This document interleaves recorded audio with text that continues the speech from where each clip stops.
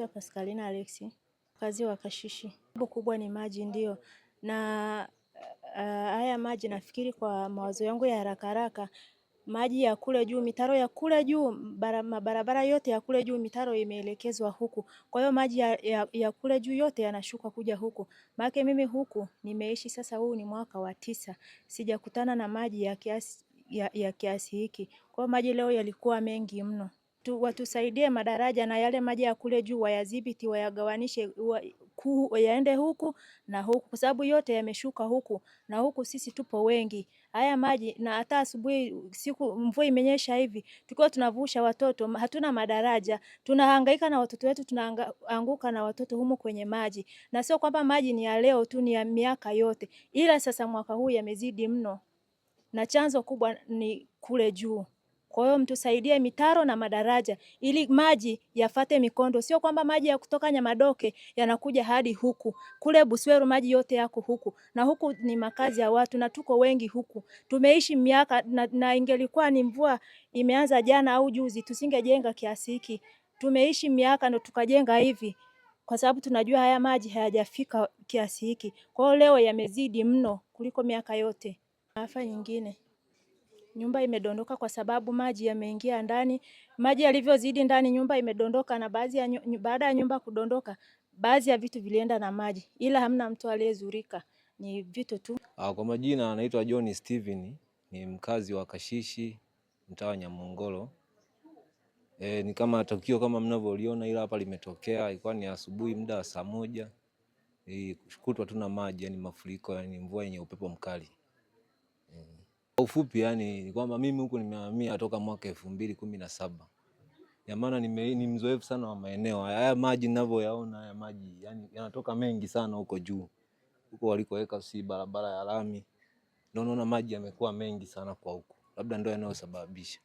Njia iko sahihi, sema tu ni ile miundombinu ambayo kama madaraja kama mnavyoyaona, watoto wanapita kwenye maji, hamna madaraja.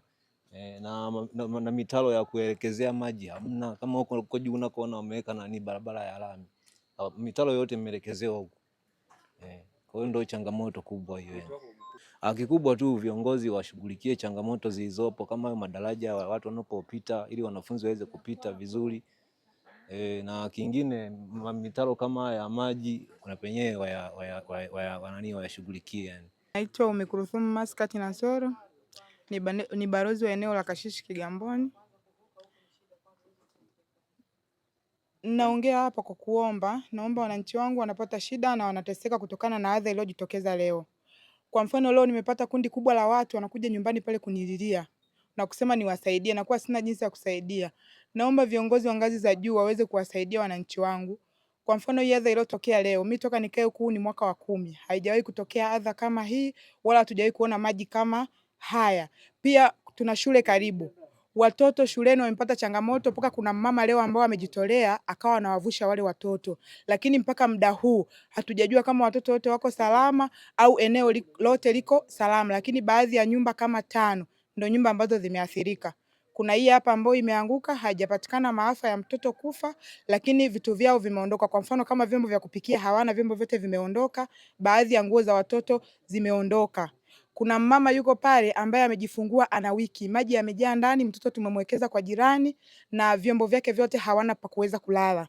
Pia kuna mama mwingine ambao maji yamejaa ndani, bahati nzuri watoto walikuwa wamekwenda shuleni. Kwa hiyo adha iliyopatikana ni kubwa. Pia wananchi wanalalamika, na mimi mwenyewe nikiwepo wanakuja mpaka wengine kunililia kwa machozi. Nilikuwa ninaomba serikali tuangalie kwa jicho la huruma na kwa jicho la pili.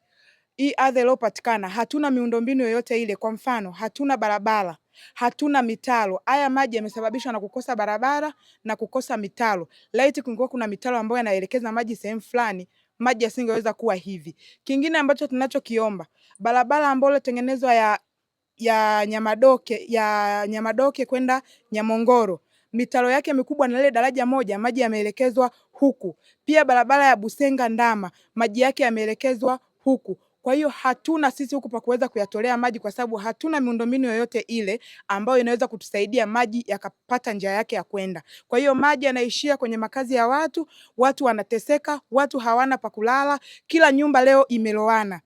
Tulikuwa tunaomba serikali iweze kutuangalia kwa jicho la pili na iweze kutusaidia. Adha ni kubwa. Kila anaopata changamoto anakuja kunililia mimi balozi. Siwezi kumsaidia huyu, siwezi kumwacha huyu, inabidi nitembee na ninaumwa lakini inabidi nizunguke. Tumezunguka, hatuna msaada. Tunaomba mtuangalie kwa jicho la pili serikali, muweze kuja kutusaidia. Yangu ni hayo. Endelea kuifuatilia YouTube channel yetu Jembe FM TZ. Subscribe, comment, like and share.